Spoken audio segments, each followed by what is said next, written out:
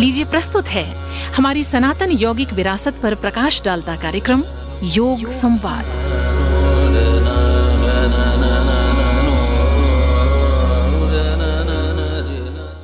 श्रोताओं, योग संवाद की पिछली कड़ियों में हमने प्रयास किया कि योग की शब्दावलियों और स्थापित परिभाषाओं से आपका एक परिचय हो सके, ताकि योग का सही एक अर्थ आप तक पहुंचे।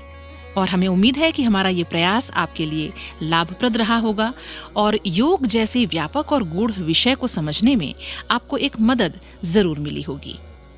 अब हम प्रवेश कर रहे हैं योग के प्रायोगिक अंग में, क्योंकि योग जीवन व्यवहार का विषय है।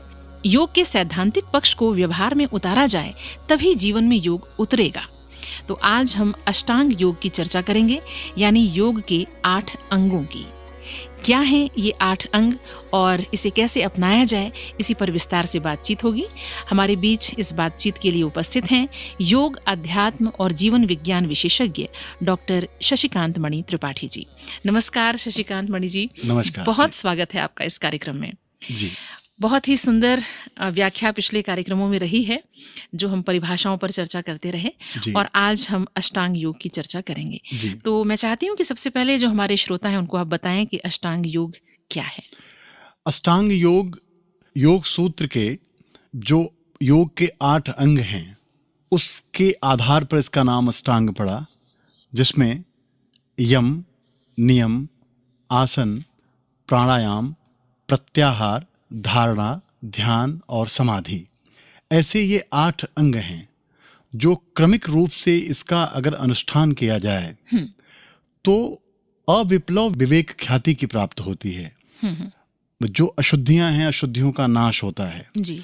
क्योंकि अशुद्धियों के रहते जब तक चित्त या कह सकते हैं अंतःकरण में जब तक अशुद्धियां व्याप्त हैं, तब तक जो वैदिक ज्ञान है वो बहुत लंबे समय तक टिकेगा नहीं जी। आप उसकी चर्चा कर लेंगे, सुन के समझ भी लेंगे, लेकिन फिर चूंकि चित्त अशुद्ध है, चित्त निर्मल नहीं हुआ, तो फिर चित्त उस मलिनता के साथ कार्य करना शुरू कर देगा या फिर उसमें आपको बहा ले जाएगा। जी जी जी। तो ऐसे में अगर इन 8 अंगों का क्रमिक रूप से पालन किया जाए तो निश्चित ही विवेक जो है अखंड बना रहेगा, जिसमें आप सद विवेक को एक सद असद विवेक कहते हैं, माने जिसमें आपको सत्य और असत्य यानी सद असद दोनों का तात्विक रूप से ज्ञान हो सके, इसे कहते हैं विवेक।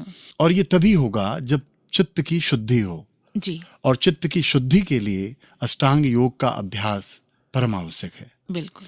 तो आपने अष्टांग योग के जिन अंगों की चर्चा की, यम, नियम, आसन, प्राणायाम, प्रत्याहार, धारणा, ध्यान और समाधि जी, तो इनका अभ्यास हम करेंगे तभी बात बनेगी, वरना चर्चा से कोई बात बनती नहीं है। बिल्कुल। अब अभ्यास भी क्यों करना, एक प्रश्न उठेगा, क्योंकि सामान्यतया जो जीव है वो अविद्या से ग्रसित होने के नाते जिस तरह के कर्म करने का अभ्यासी है जी, वो कर्म अहंकार जनित है। उसमें चाहे आप पुण्य करें और चाहे आपसे पाप हो, लेकिन इस दोनों में कर्तापन का जो भान है, ये कर्तापन का भान ही कर्म का बंधन बनता है, कर्म को बंधनकारी बनाता है। जी जी जी जी। यद्यपि कर्म बंधनकारी नहीं है, कर्म का जो परिणाम है उस परिणाम को सोच कर किए जाने वाले कर्म के नाते जीव उस कर्म में बंधता है। बिल्कुल। अन्यथा कर्म तो प्रकृति की व्यवस्था है, कर्म प्रकृति में लगातार हो रहा है। कर्म से कोई अपने आप को बचाना चाहे ये संभव नहीं है, क्योंकि प्रकृति क्रियाशील है और प्रकृति का क्रियाशील होना एक प्रकार से प्रकृति की अशुद्धि है। बिल्कुल। इसलिए कि जब प्रकृति साम्यावस्था में थी, प्रकृति के 3 गुण होते हैं जी, सतोगुण, रजोगुण और तमोगुण। तो जब ये तीनों गुण साम्यावस्था में होते हैं तो उस समय गुणों की साम्यावस्था को प्रकृति कहते हैं जी। तो उस समय प्रकृति क्रियाशील नहीं है, लेकिन जैसे ही पुरुष का सानिध्य मिलता है प्रकृति को जी, तो प्रकृति के गुणों में असंतुलन होता है, विषमता आती है। रजोगुण सक्रिय हो जाएगा, कभी तमोगुण सक्रिय हो जाएगा, कभी सतोगुण सक्रिय हो जाएगा। इसीलिए आप देखेंगे कि चित्त की जो चंचलता है वो लगातार बने रहने का कारण एकमात्र यही है कि गुणों में विषमता होती रहती है, गुणों का प्रभाव होता रहता है। व्यक्ति की जो प्रकृति है, जैसे कहते हैं ना, कोई रजोगुणी प्रधान प्रकृति का व्यक्ति है, कोई तमोगुणी प्रधान प्रकृति का व्यक्ति है, कोई सतोगुणी प्रधान प्रकृति का व्यक्ति है। भले माता पिता एक हैं, हाँ हाँ बिल्कुल, जैविक रूप से दोनों के डीएनए एक हैं, लेकिन चूंकि उनकी प्रकृति में जो गुणों की प्रधानता है वो अलग अलग है। हाँ। इस वजह से उनके सोचने, उनके कार्य करने, उनके व्यवहार में परिवर्तन देखा जाएगा। जबकि पर्यावरण एक जैसा है, जबकि जहां वो पल बढ़ रहे हैं, जो कुछ भी देख रहे हैं एक जैसा, लेकिन उसको परसीव वो अपने प्रकृति के प्रधानता, प्रकृति के गुणों की प्रधानता से आधार पर कर रहे हैं। प्रत्यक्षीकरण जिसे कहते हैं हिंदी में।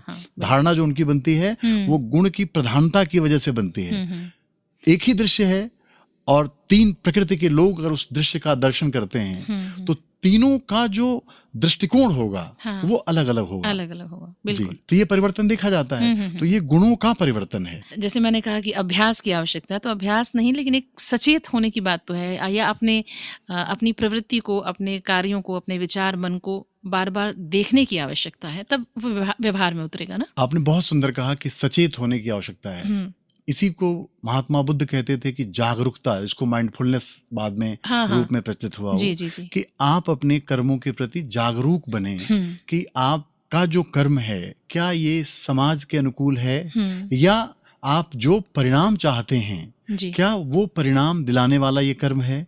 और अगर ये कर्म वो परिणाम दिलाने वाला नहीं है जिस परिणाम की आपको चाहत है, तो इस कर्म को करके आप दुखी होंगे, ये कर्म दुख का कारण बनेगा। लेकिन ये किसे अनुभव होगा? जो सचेत है, जो जागरूक है। इसीलिए कहते हैं कि परिणाम की चिंता छोड़ करके आप पूरा ध्यान कर्म पर केंद्रित करें। आपने सुना भी होगा कि बोया पेड़ बबूल का आम कहाँ से खाए। हाँ। तो ऐसे में जो कर्म है वो कर्म ही अपना परिणाम बनाएगा। हाँ। अगर कर्म आपका सतोगुणी है या कर्म ऐसा है जो दूसरों को भी पुष्ट कर रहा है, तो निश्चित ही वो आपको भी परिपुष्ट करेगा। इसलिए धर्म की एक परिभाषा है, धारयेत इति धर्मः, जो धारण करने योग्य हो वो धर्म है। तो अब आप इस पर विचार करिए कि आपका जो कर्म है क्या ये धारण करने योग्य है, और अगर नहीं है तो निश्चित ही आपसे अधर्म होगा। हाँ। और अधर्म कभी भी स्वीकार योग्य नहीं है। बिल्कुल। तो बहुत ही सुंदर तरीके से आपने समझाया। और अब हम चलते हैं जो अष्टांग योग का प्रथम अंग है, आपने कहा यम। जी। तो आज हम इसे समझने का प्रयास करते हैं कि यम क्या है। देखिए, यम को महर्षि पतंजलि ने 5 भागों में बांटा है, 5 प्रकार बताए हैं उसके। पहला जो यम है वो है अहिंसा।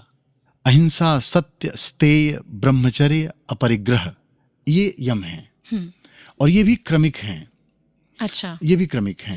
अब आप चाहें कि इनके क्रम को परिवर्तन करके हम कुछ भी कहीं से छलांग ले लें तो ठीक है, ऐसा भी हो सकता है। लेकिन अगर क्रमिक रूप से इनका अनुपालन किया जाए तो जैसे कहते हैं ना पदानुक्रम, कि अगर यहाँ से आपने शुरुआत की तो आगे की सीढ़ी पर आप आसानी से पहुंच जाएंगे।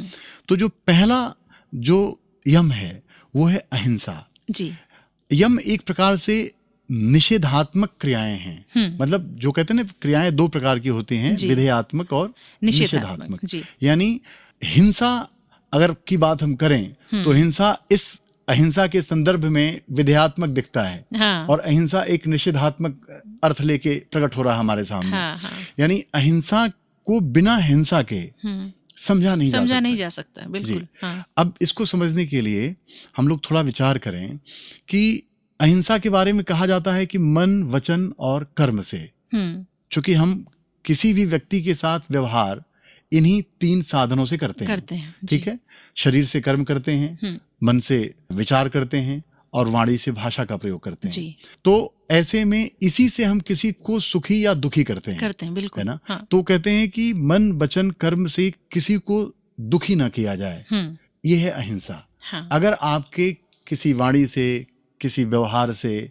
या किसी विचार से, अब विचार से कैसे कोई दुखी होगा?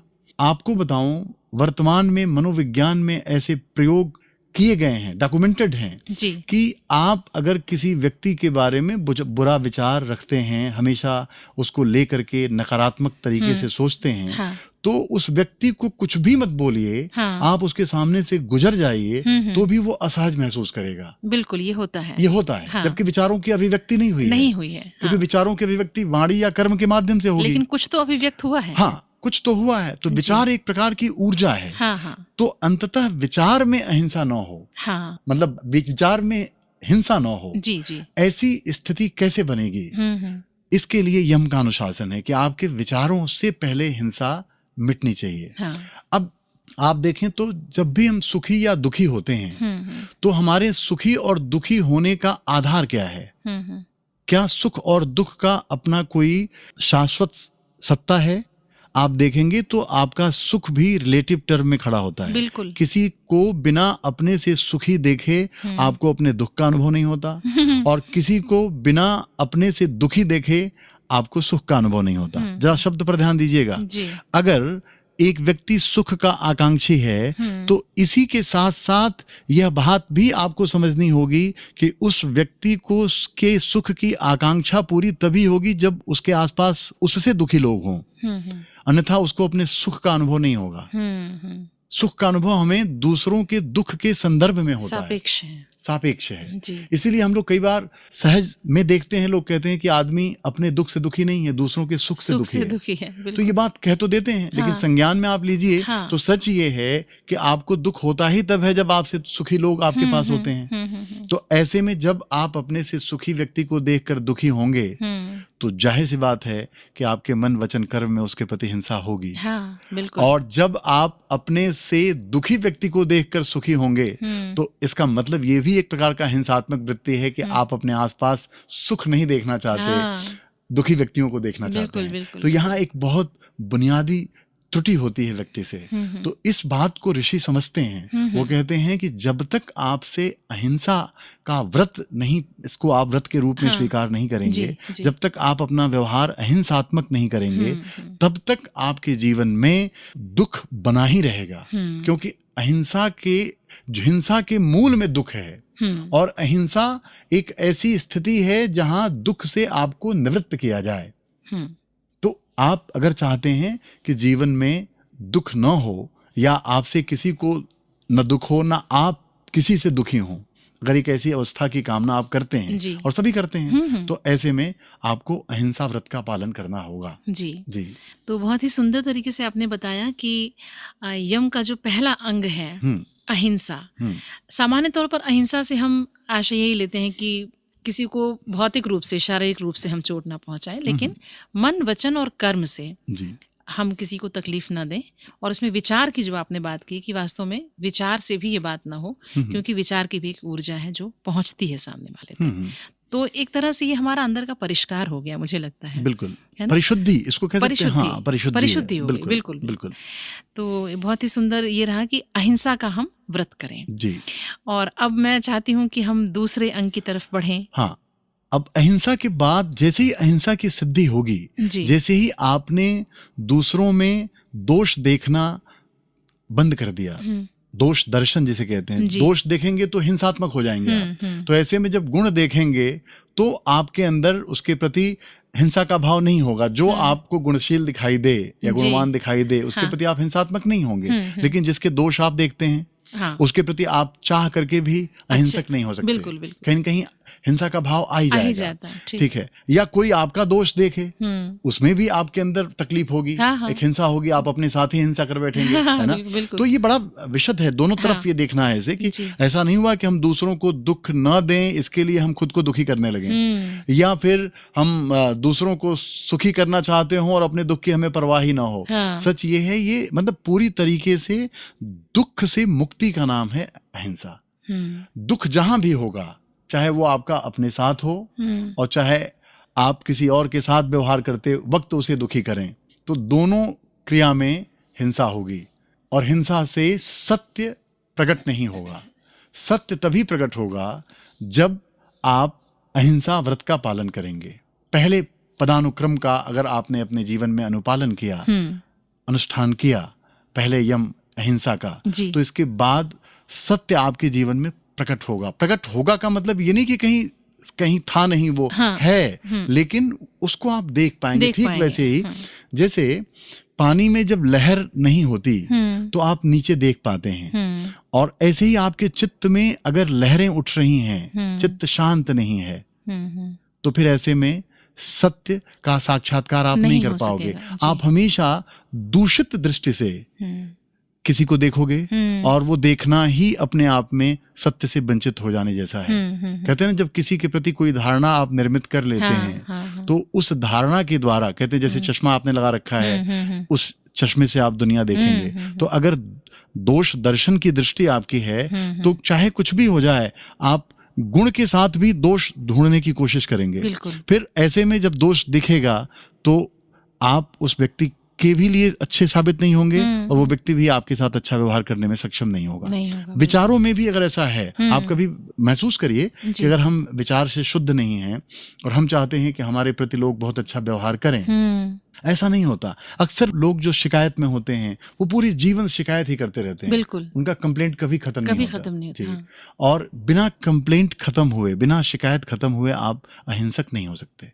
ये भी अगर आपको शिकायत है, इसका मतलब चाहे वो मन, चाहे वचन और चाहे कर्म, किसी न किसी रूप में हिंसा होगी। बिल्कुल, ठीक है ना। तो चित्त शुद्धि का प्रथम जो उपाय है वो अहिंसा है। बारीक बात है जी, बहुत बारीक बात है जी। बारीक बात और जैसे ही चित्त शुद्ध हुआ तो निर्मल चित्त में जो है आपको सत्य का दर्शन, जिसको कहते हैं निर्मल मन जन सो मोहि पावा, मोहि कपट छल छिद्र न भावा। अब आप देखिए, इसमें भी लगभग वही बातें हैं। कपट छल जिन लोगों के मन में हो वो तो हिंसा ही कर रहे हैं, और दूसरों के साथ नहीं, अपने साथ भी कर रहे हैं। महात्मा बुद्ध कहते थे कि अगर आप क्रोधित होते हैं किसी पर, क्योंकि जैसे ही हिंसा की अभिव्यक्ति क्रोध के रूप में भी होगी, ठीक है, तो क्रोधित व्यक्ति की दशा ऐसी है जैसे एक व्यक्ति अपने हाथ में जलता हुआ कोयला दूसरे पर फेंकने के लिए उठाता हो।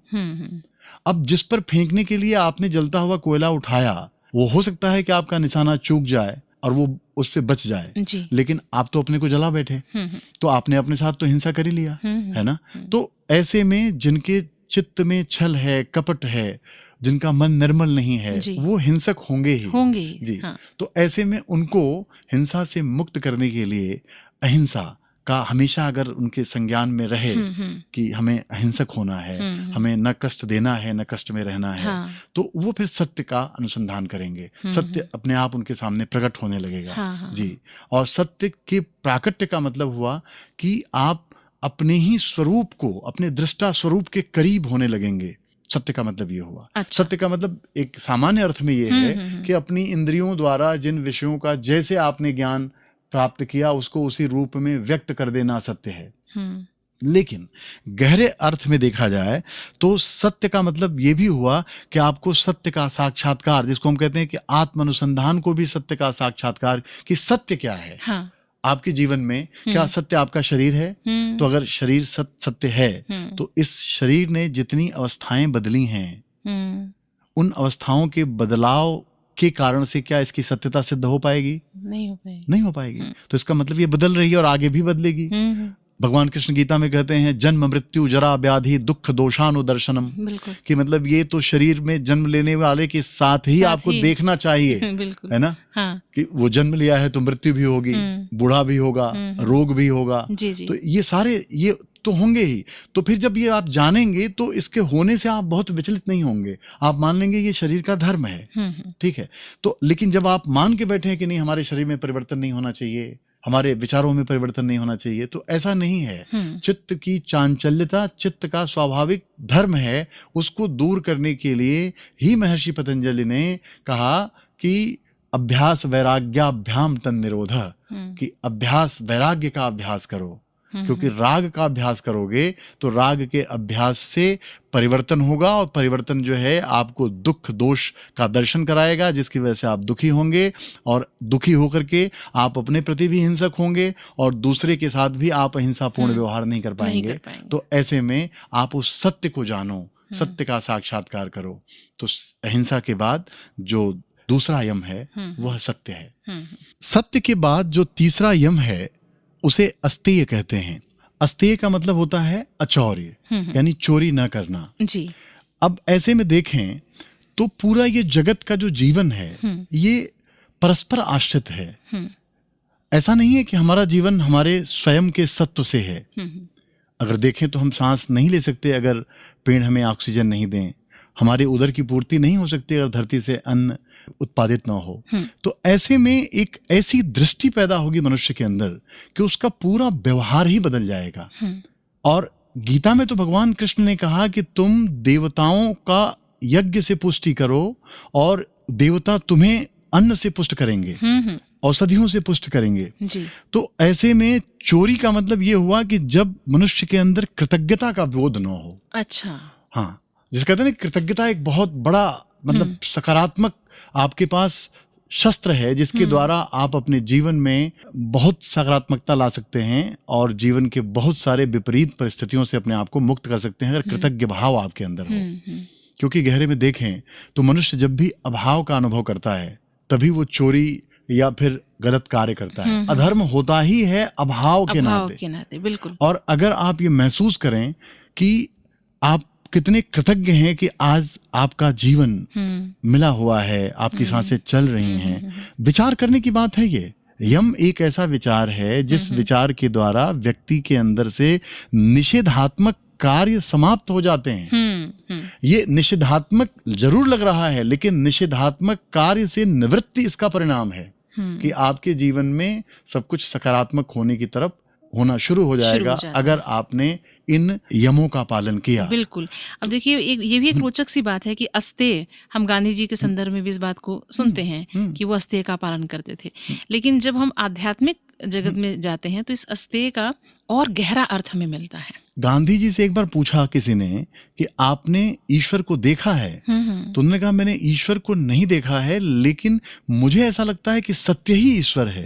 जो सत्यम शिवम सुंदरम हम लोग गाते भी हैं। तो वो सत्य का सौंदर्य शिव जैसा है। अगर आप जीवन में सत्य को धारण करें, कहा भी जाता है कि सत्य युक्त व्यवहार आपको कभी याद करने की जरूरत नहीं है, लेकिन अगर आपने झूठा व्यवहार कहीं किया तो जीवन भर उसकी यादगारी बनाए रखने पर उसका बोझ ढोना पड़ता है, करे कहीं पता न चल जाए तो आप अपने आप को बचा नहीं सकते। तो ये अचौर्य जो है और सत्य, ये दोनों एक दूसरे के अनुपूरक के रूप में आपके सामने आएंगे।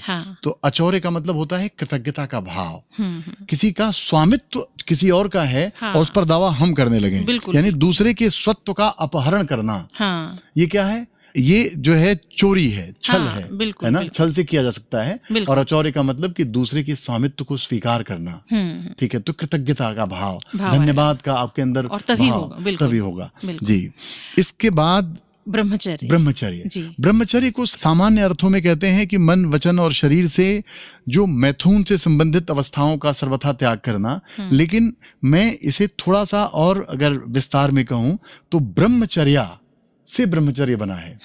ब्रह्मचर्या का मतलब होता है कि पहले ब्रह्म दर्शन हो तभी तो ब्रह्मचर्या होगी। यानी आपका जो चर्या है, जो व्यवहार है, वो ब्रह्मानुभूति के साथ हो। जब आप एक ही तत्व को, उसी सर्वम खल्विदम ब्रह्म, सब में उस ब्रह्म को देखेंगे तो उस समय जो आपकी चर्या होगी, जो आपका व्यवहार होगा, वो कभी भी भोगवादी नहीं होगा। ठीक है ना? वो व्यवहार ऐसा होगा कि जैसे प्रकृति के गुणों में जो रजोगुण है उससे सृजन होता है, जो सतोगुण है उससे पालन होता है और जो तमोगुण है उससे संहार होता है। तो एक तरह से इन तीनों गुणों के ज्ञाता हो जाएंगे आप और पूरी तरह से प्रकृति में एक संतुलन स्थापित होगा आपके ब्रह्मचर्य युक्त व्यवहार से। और अपने यहाँ तो सनातन संस्कृति में जो पहला आश्रम है वो ब्रह्मचर्य आश्रम, क्योंकि बिना उसके आप मनुष्य बनते ही नहीं। तो बहुत गहरा है इसका जी। गारहस्थ जीवन में प्रवेश तभी हो सकता है जब ब्रह्मचर्य आश्रम का पहले आप की साधना करें। तो ब्रह्मचर्य बहुत सीमित शब्दों में नहीं है और दोनों के लिए आवश्यक है, स्त्री पुरुष दोनों के लिए। तो ज्ञान से युक्त होना, उस अल्टीमेट रियलिटी से परिचित होना, मन जो अत्यंत सत्य है उसके प्रति साक्षात्कार। तो ब्रह्मचर्य की बहुत सुंदर व्याख्या आपने अपने तरफ से कर दी है। मैंने नहीं सुनी थी इसके पहले कभी ऐसी व्याख्या ब्रह्मचर्य की हो सकती है। और अब हम इसके 5वें अंग की तरफ चलते हैं, अपरिग्रह जी। अब देखिए, अपरिग्रह, मनुष्य सामान्यतः परिग्रही प्राणी है। आप देखिए जगत में जितने भी जीव हैं कभी भी उनको आगे की परवाह करते हुए, संग्रह करते हुए नहीं देखा है आपने। किसी भी जीव को देखिए तो चाहे वो भोजन सामग्री हो, चाहे कोई भी चीज हो शरीर से जुड़ी, वो संग्रह ही नहीं है। और मनुष्य के संग्रह की प्रवृत्ति कभी शांत नहीं होती। अगर उसको अपने पूरे जीवन निर्वाह का सामग्री भी दे दिया जाए तो फिर वो आने वाली पीढ़ियों के लिए संग्रह करना शुरू करेगा। तो ये मनुष्य का एक दोष कह सकते हैं, और कुछ मामले में इसके प्रभाव भी हैं कि वो चिंतनशील है, विवेकशील है, इसलिए ऐसा करता है। लेकिन अगर परिग्रही वो होगा तो कभी भी सुख नहीं भोगेगा। आपने एक सुना होगा 99 का चक्कर, कि अगर एक व्यक्ति बड़ा खुश रहता था तो लोग कहते थे कि भाई ये क्यों खुश रहता है, कहते हैं उसको 99 का चक्कर नहीं है। तो उन्होंने कहा 99 का चक्कर में इसको कैसे फंसाएं, तो उसको एक दिन 99 रुपए दे दिए गए, अब वो 100 करने के चक्कर में पड़ गया कि अब 1 हो जाए तो 100 हो जाए। तो फिर ऐसे करके ये उसकी प्रकृति ही, पूरा उसका व्यवहार ही बदल गया, और फिर वो पूरे जीवन जो है संग्रही हो गया। तो ये अपरिग्रह है। और अपरिग्रह का मतलब होता है एक परम सत्य का बोध कि यहाँ जो कुछ भी आप संग्रह कर रहे हैं सब छोड़ देना है। कुछ भी संग्रह करने योग्य नहीं है। संग्रह करने योग्य अगर कुछ है तो वो यही है कि आप अपने स्वरूप के प्रति जागरूक बने, और इन 4 जो यम हैं, जिन यमों का पालन करने से आप अगले योगांग पर पहुंचने के अधिकारी बनते हैं। और जिसको आजकल लोग मतलब सहजता से तो नहीं लेते, क्योंकि जिस समय ये सूत्र आया होगा प्रकाश में उस समय ये लगा होगा, लेकिन आज तो सीधे लोग आसन में बैठ, आसन की सिद्धि नहीं हो सकती जब तक यम और नियम का पालन ना हो। सच्चाई तो ये है। मेरे मन में एक सवाल यहीं पर है कि जो हमारे सुनने वाले हैं इस वक्त जरूर सोच रहे होंगे, हमने अपरिग्रह की बात की, संग्रह नहीं करना बहुत कठिन बात है। तो आज व्यवहारिक जीवन में इसको किस तरह से साधा जाए? बिना संग्रह के मतलब जीवन तो नहीं चलता। अच्छा, एक बात, हाँ बिल्कुल आपने सुंदर कहा। अनुभव से देखिए, जैसे अगर आपको अपने बचपन की अवस्था से बहुत प्रेम रहा हो और उसको आप संग्रहित करना चाहें तो क्या संग्रह कर पाए? नहीं कर पाए। ऐसे बहुत सारे लोग जिन्हें आप चाहते हैं, या ऐसे बहुत सारे विचार, या ऐसी बहुत सारी अवस्थाएं, या मन की ऐसी दशा, जिस दशा को आप चाहते हैं, क्या उसका संग्रह आपसे हो पा रहा है? नहीं हो पा रहा है। तो एक तरह से ये एक प्रकार की जागरूकता है स्वयं के प्रति, जहां आप अपनी चेतना के प्रवाह को समझ सकें कि संग्रह करना आप चाहते हैं लेकिन संग्रह होता नहीं है। इसका मतलब ये हुआ कि अगर आप अपरिग्रही रहें तो आपको संग्रह नहीं होने का जो दुख है उस दुख से अपने आप को मुक्त कर सकते हैं। बाकी चीजों का प्रयोग आप करें, लेकिन इस चेतना के साथ रहें कि संग्रह नहीं होता है। हाँ, संग्रही मतलब जो संग्रही प्रवृत्ति है। क्योंकि इसमें एक उदाहरण आता है मतलब भागवत की कथा में कि जैसे वो मधुमक्खी मधु का संग्रह करती है जी, तो मधु के संग्रह करने से उसका घर उजाड़ दिया जाता है। बिल्कुल। अगर वो मधु का संग्रह नहीं करती, उसका उपभोग करती, तो ऐसे में उसके घर को उजाड़ा नहीं जाता। तो ऐसे में जीवन में बहुत सारे भय, बहुत सारी आशंकाएं, बहुत सारा असंतुलन संग्रही प्रवृत्ति की वजह से आता है। बिल्कुल। अगर संग्रही प्रवृत्ति आपकी नहीं है तो आप पाएंगे कि बहुत सारी वेदनाओं से आप वैसे ही अपने आप को मुक्त कर लेंगे। बिल्कुल। तो इसका अर्थ ये नहीं हुआ कि मतलब एकदम बेपरवाह हो जाइए। देखिए, लापरवाह होना अलग बात है, बेपरवाह होना अलग बात है। बिल्कुल। तो बेपरवाही का मतलब है संग्रह। जी, मतलब लापरवाह न होकर बेपरवाह। बहुत सुंदर बात कही आपने। तो शशिकांत मणि त्रिपाठी जी, आज इस कार्यक्रम में योग संवाद में हमने अष्टांग योग के पहले अंग यम पर विस्तार से चर्चा की, और यम के जो 5 अंग हैं उस पर आपने विस्तार से व्याख्या की है। और मुझे लगता है कि जो हमारे सुनने वाले हैं वो उस बारीकी तक पहुँचे होंगे जिस बारीकी की अपेक्षा योग करता है, उसके बाद ही योग जीवन में उतरता है। बहुत ही सुंदर आज की चर्चा रही। बहुत जल्द फिर आपसे हम मिलेंगे। बहुत अच्छा लगा, और मुझे लगता है कि अगले अंक में हम जो अष्टांग योग का दूसरा अंग है नियम, इस पर हम चर्चा करेंगे। आज आप हमारे बीच उपस्थित हुए, आपका बहुत धन्यवाद, बहुत आभार। नमस्कार।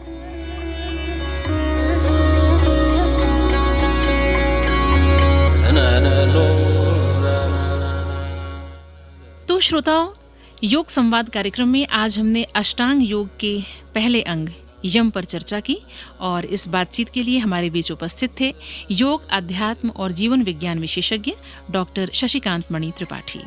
अगले अंक में जैसा हमने बताया कि हम नियम पर चर्चा करेंगे। चलते चलते आपको हम बता दें कि इस कार्यक्रम की परिकल्पना की अदिति गौड़ ने, ध्वन्यांकन अमित कुंदानी का था, और आपके साथ इस बातचीत में थी मैं सुनीता सिंह। उम्मीद है आज का कार्यक्रम पसंद आया होगा। अब अनुमति दें। नमस्कार, आप सुनते रहिए 90.8 मेगाहर्ट्ज पर रेडियो आजाद हिंद, देश का चैनल, देश के लिए।